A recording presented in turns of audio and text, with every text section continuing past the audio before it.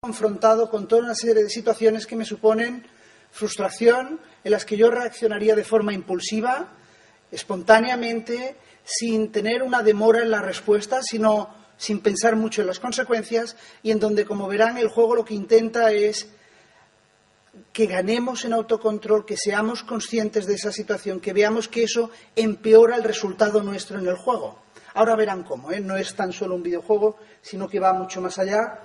Como otras iniciativas, lo que intentamos es que haya y hay interacción entre el videojuego y biosensores, es decir, hay 5 biosensores que estamos captando información de las reacciones fisiológicas del paciente. Ahí tendríamos heart rate, galvanic skin, reacción de la piel, breathing y, por tanto, la respiración, la saturación de oxígeno, es decir, medidores de ansiedad indirectamente, pero luego también reconocimiento de emociones a través de la cara. Se les está grabando la cara y uno de los grupos que trabaja en reconocimiento de emociones a través de la expresión de la cara. Con lo cual, todo eso va interaccionando con el desarrollo del juego. Y otros trabajan con el reconocimiento de emociones a través del habla. Con lo cual, estos 3 sistemas están interaccionando con el juego. Intentamos nuevamente lo mismo, tener una imagen lo más completa posible de ese aspecto que es, ese constructo que es baja tolerancia a la frustración, es bajo autocontrol, baja capacidad de insight ante ese tipo de situaciones, y cómo podemos tener una idea más completa, el jugador, el paciente, de esas situaciones, esas reacciones que está experimentando. Comenzó en noviembre del 2007, llamamos una buena fase en el desarrollo del videojuego, y en principio no es octubre, sino que será aproximadamente en marzo del 2011, cuando acabará. La parte clínica comenzaremos alrededor de en febrero del 2010.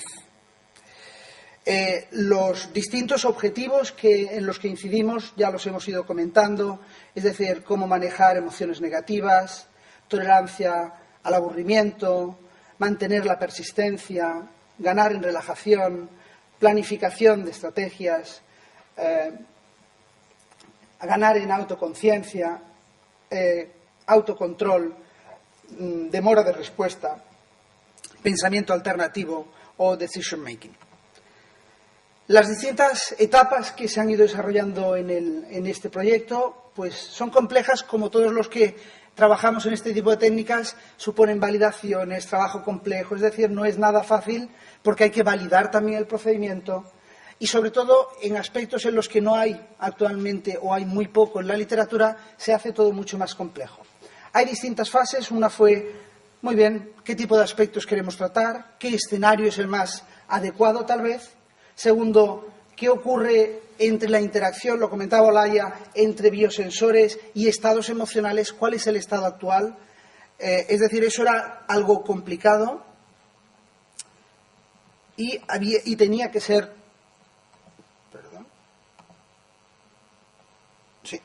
tenía que ser analizado con antelación porque no existían muchos datos al respecto. Luego, después, asociación entre las señales y las emociones, crear un feedback de expertos para ver realmente si vamos bien encaminados, probar el prototipo, esta fase ya la hemos pasado, errores posibles, ajustarlos y empezar el pilot trial, que es lo que empezaremos a inicios del año que viene. Bueno. Realizamos, evidentemente, distintos estudios previos de personalidad, de aspectos que son comunes entre un trastorno y otro, entre trastornos de la alimentación, básicamente bulimia, y juego patológico, tanto a un nivel neuropsicológico como a nivel de personalidad. Y nos interesaba, evidentemente, también a nivel de personalidad qué aspectos son más estables, menos vulnerables al cambio. Esto es un estudio que hicimos también el año pasado, en donde lo que veíamos es 100 pacientes con bulimia han sido tratados, ¿qué aspectos no se modifican? Y básicamente uno era la impulsividad o la búsqueda de sensaciones y otro era la persistencia, independientemente de que hubieran mejorado a otros niveles, a estos niveles no. Con lo cual esto reforzaba la idea de que una herramienta de este tipo sería muy útil, es decir, que incidiera sobre todo en estos aspectos. Bien, esto lo pasamos. Otros aspectos que queríamos conjugar, claro, ludopatías, trastornos de la alimentación. Claro, queremos utilizar el aspecto motivador de los videojuegos, no queremos el aspecto negativo. No queremos crear adicciones, no queremos crear dependencia de un videojuego, queremos que utilicen eso como una estrategia positiva para solucionar una serie de déficits o de situaciones que no acaban de manejar adecuadamente. Con lo cual, nuevamente, previamente tuvimos que analizar adicciones a distintas tecnologías y qué características presentaban los casos extremos, los que utilizaban videojuegos en exceso o otras nuevas tecnologías, qué tipo de características presentaban, que veamos cuáles pueden ser susceptibles al cambio y cuáles son a las que no queremos acceder. ¿Vale? Bueno, realizamos distintos estudios. La hora del diseño, evidentemente, pues supuso toda una serie de, ideas, diálogos en nuestro equipo, pero también con otros componentes de Playmancer, es decir, intentar identificar cuáles podían ser los avatares más adecuados, los escenarios más adecuados. Finalmente decidimos un escenario de islas. Si alguien ha tenido oportunidad de verlo, está expuesto mínimamente, un escenario mínimo en la sala de exposiciones. Este es un modelo anterior, creo de junio aproximadamente, en donde realmente lo que ocurriría sería que el avatar, la persona, iría deambulando por una isla, iría encontrando distintas situaciones. Entre ellas, unas de ellas sería construir un puente. Construir un puente que, como verán, tendrá distintas dificultades y en donde una dificultad principal serán las reacciones fisiológicas del sujeto. Cuanto más nervioso esté, cuanto más irritado o agresivo se presente, más difícil será todo.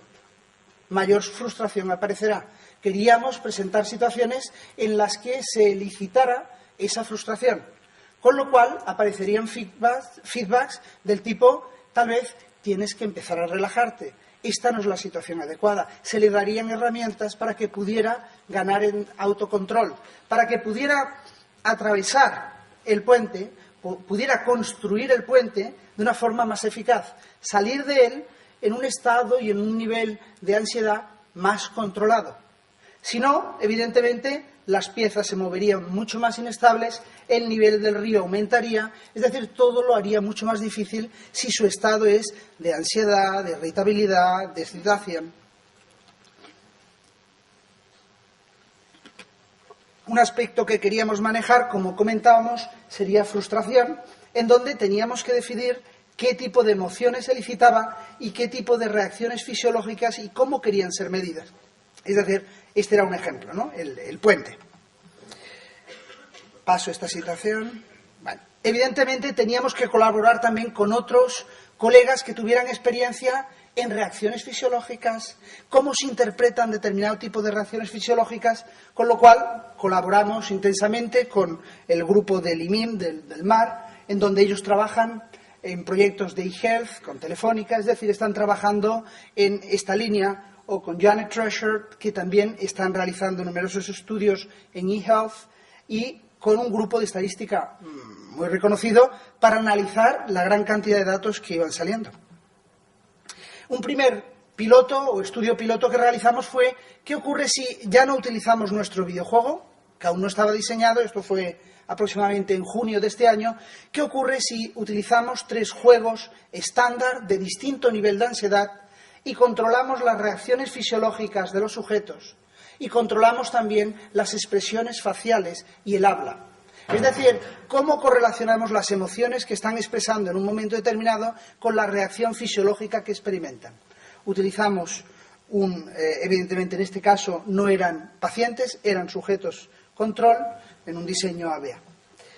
Bien, aquí era lo que ocurría, es decir, con el programa reconocía lo que era determinado tipo de rasgos faciales y por tanto las emociones que estaba experimentando, se grababa la cara, se grababa también el momento del juego por el que deambulaba, las reacciones fisiológicas, el habla y todo ello estaba interactuando. Con lo cual nos daba un perfil de este tipo en donde había unas reacciones fisiológicas, este sería de un marcador, había otras variables dependientes fisiológicas con un vídeo y con un audio y teníamos que encontrar y encontrábamos las interacciones. Bien, estos eran los 3 tipos de juegos que utilizamos desde mayor activación a menor activación. En un escenario estará la unidad de trastornos de la alimentación, en un escenario más o menos controlado, en donde había una situación en un ambiente controlado.